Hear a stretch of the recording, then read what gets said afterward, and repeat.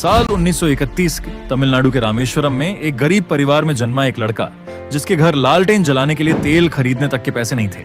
परिवार को 2 वक्त की रोटी तक मुश्किल से मिलती थी। ना पैरों में चप्पल थी और ना ही सर पर पक्की छत। वो देखता था आसमान में उड़ते पंछियों को और देखता था एक सपना उड़ने का, जिसे उसने समुद्र के किनारे बैठकर देखा था। इस बात से बिल्कुल अनजान कि यही लड़का एक दिन भारत को अंतरिक्ष में पहुंचा देगा, परमाणु महाशक्ति बना देगा और खुद दुनिया के सबसे बड़े लोकतंत्र का महान नायक बन जाएगा। ये कहानी है इंडिया के missile man, Bharat Ratna doctor APJ Abdul Kalam जी की। एक ऐसी शख्सियत जिसके 0 हेटर्स थे, जिनके मुंह से निकला हर एक शब्द आज के युवा के लिए सबसे बड़ी सीख है और जिनका पूरी दुनिया इतना सम्मान करती थी कि 26 मई 2005 को जब कलाम साहब ने स्विट्जरलैंड में कदम रखा ना, तो उनके सम्मान में वहां की गवर्नमेंट ने उस दिन को साइंस डे डिक्लेयर कर दिया। लेकिन क्या आप जानते हैं कि एक छोटे से कमरे से निकलकर भारत के प्रेसिडेंट बनने तक का उनका सफर इतना मुश्किल था कि कोई आम आदमी बीच में ही दम तोड़ दे। इनफैक्ट कलाम साहब ने भी एक बार अपनी जान लेने की कोशिश की थी। आज हम सर APJ अब्दुल कलाम जी की इसी स्ट्रगल स्टोरी के बारे में बात करेंगे, जो आपको हर मुश्किल से लड़ने की हिम्मत देगी।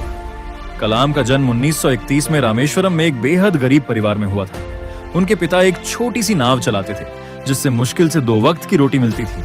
एक छोटे से कमरे वाले घर में कलाम अपने 4 भाई बहन और माता पिता के साथ रहते थे और शाम होते ही उनके घर घना अंधेरा छा जाता था।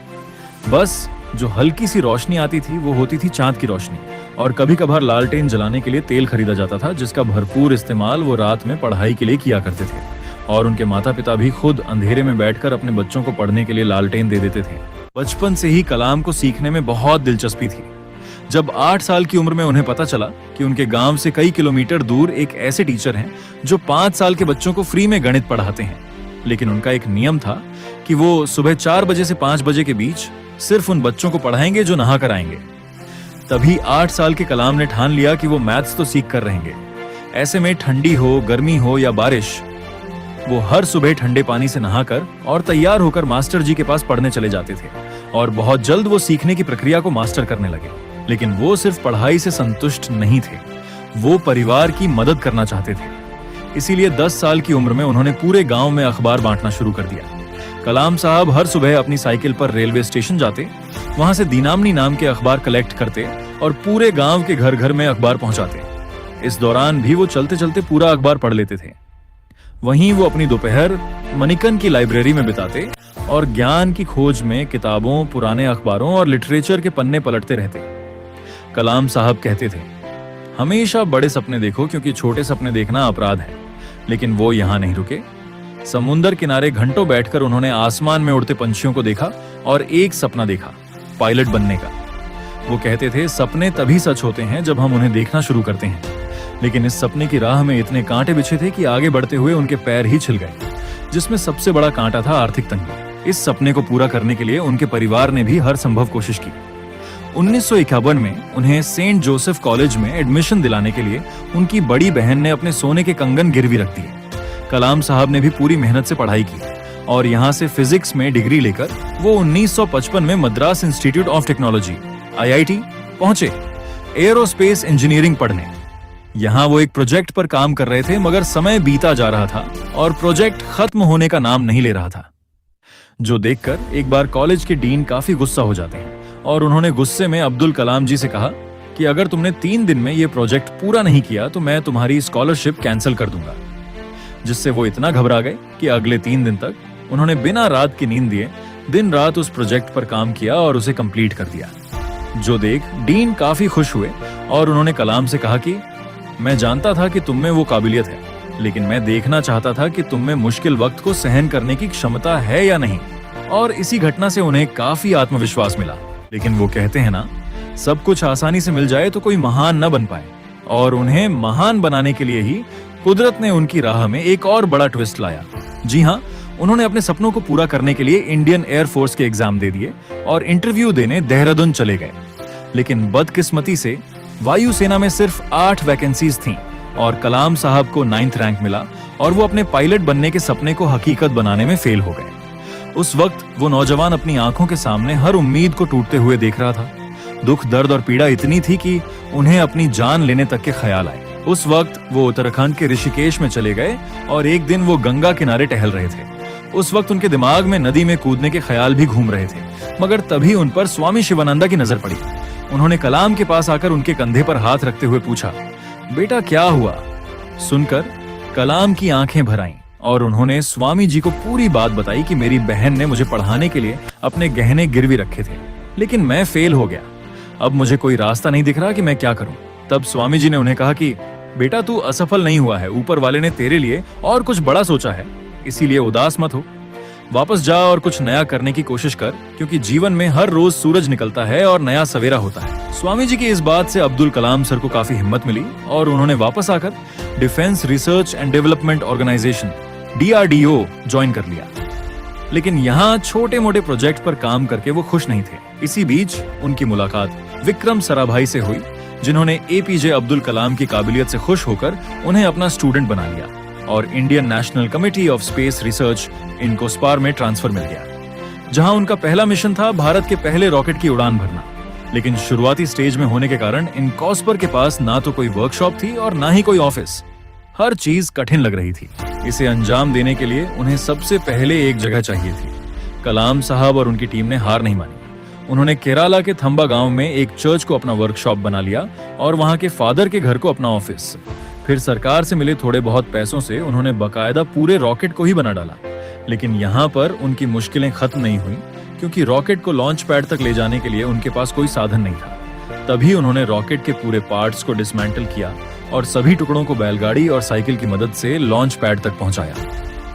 After months of hard work and experimentation, finally in मुश्किलों के बाद 21 नवंबर 1963 को यह रॉकेट लॉन्च करके भारत ने अंतरिक्ष में अपना पहला कदम रखा। लेकिन क्या आप जानते हैं कि एक मिसाइल मैन जिन्होंने इस देश को उसकी असली ताकत दिखाई, उनका नाम मिसाइल मैन एक सक्सेसफुल नहीं बल्कि एक फेल प्रोजेक्ट से पड़ा था। जी हाँ, तो हुआ यह था कि साल 1959 में डॉक्टर अब्दुल कलाम भारत के सबसे पहले सैटेलाइट लॉन्च प्रोजेक्ट SLV-3 के डायरेक्टर बने। मगर उस वक्त जनता को स्पेस में जाने की अहमियत पता ही नहीं थी, इसीलिए लोगों ने कई सवाल उठाए और उन्हें इस मिशन के लिए काफी कम बजट मिला। लेकिन फिर भी सर APJ अब्दुल कलाम इस मिशन के लिए इतने ज्यादा डेडिकेटेड थे कि उन्होंने अपने करियर में एक भी वीकेंड ऑफ नहीं लिया, कोई छुट्टी तक नहीं मनाई और खून पसीने से SLV-3 को तैयार किया। इसी बीच उनके पिता की मौत हो गई, लेकिन वो अपने लक्ष्य से भटके नहीं। उन्होंने इस प्रोजेक्ट को अपनी निजी जिंदगी से ऊपर रखते हुए पूरा किया। लेकिन जब अगस्त 1979 में उनकी 10 साल की मेहनत की असली परीक्षा हुई, यानी कि रॉकेट लॉन्च हुआ, तब यह सितारों को छूने के बजाय बंगाल की खाड़ी में जा गिरा। उस वक्त लोगों ने उन्हें काफी ताने मारे, बहुत खरी खोटी सुनाई। ऐसे में किसी भी इंसान की हिम्मत टूट सकती है, लेकिन उन्होंने हार मानने के बजाय अपनी गलतियों पर ध्यान दिया और सिर्फ एक साल के अंदर 18 जुलाई 1980 के दिन SLV-3 रोहिणी का सक्सेसफुल लॉन्च करके उन्होंने भारत का झंडा अंतरिक्ष में लहरा दिया। इस नई सक्सेस ने उनके स्टेटस को एक्सपोनेंशियल ग्रोथ दे दी, जिसके बाद उन्होंने भारत के बैलिस्टिक मिसाइल्स जैसे कि अग्नि और पृथ्वी के प्रोजेक्ट्स को भी सक्सेसफुली पूरा किया, जिसकी वजह से उन्हें साल 1981 में पद्म भूषण और 1990 में पद्म विभूषण से सम्मानित किया गया। लेकिन जिस उपलब्धि के लिए उन्हें भारत रत्न से नवाजा गया वो था पोखरण 2।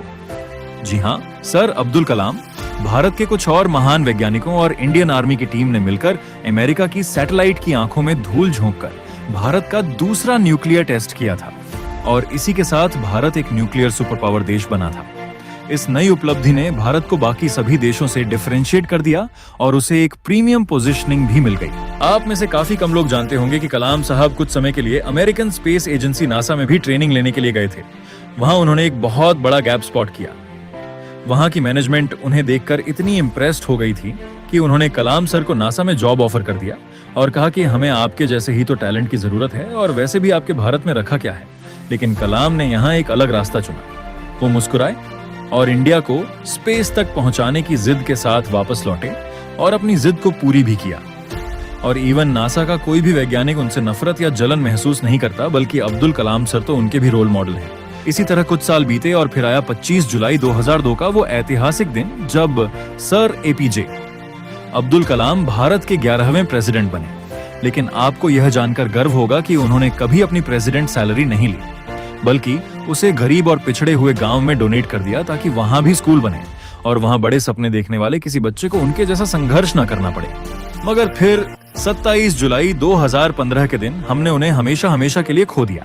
लेकिन सर एपीजे अब्दुल कलाम आज भी हमारी यादों में जिंदा हैं और उनकी बात करते ही आंखें खुशी के आंसुओं से भर आती हैं। इसीलिए आज मेरे लिए नहीं बल्कि उनके ट्रिब्यूट में हम इस वीडियो को जितना हो सके लाइक करिए और शेयर कीजिए, और कमेंट बॉक्स में कलाम साहब की तारीफ में 2 शब्द जरूर लिखिए। कुछ नहीं तो मिसाइल मैन की जय हो यह लिखिए। हम उम्मीद करते हैं कि संघर्ष से भरी इस कहानी से आपको काफी हिम्मत मिली हो। अगर आप भविष्य में ऐसे ही स्ट्रगल स्टोरी सुनना चाहते हैं तो रीड रिकैप रिपीट को सब्सक्राइब करके पास वाली घंटी जरूर दबा दीजिएगा। इस वीडियो के एंड में कलाम साहब की कुछ बातें कहना चाहूंगा। वो कहते थे, सपने वो नहीं होते जो आप नींद में देखते हैं, बल्कि सपने वो होते हैं जो आपको सोने नहीं देते। जब आपका सिग्नेचर ऑटोग्राफ में बदल जाए तब समझ लेना कि आप कामयाब हो चुके हो, और इंतजार करने वालों को सिर्फ उतना ही मिलता है जितना कोशिश करने वाले छोड़ के जाते हैं।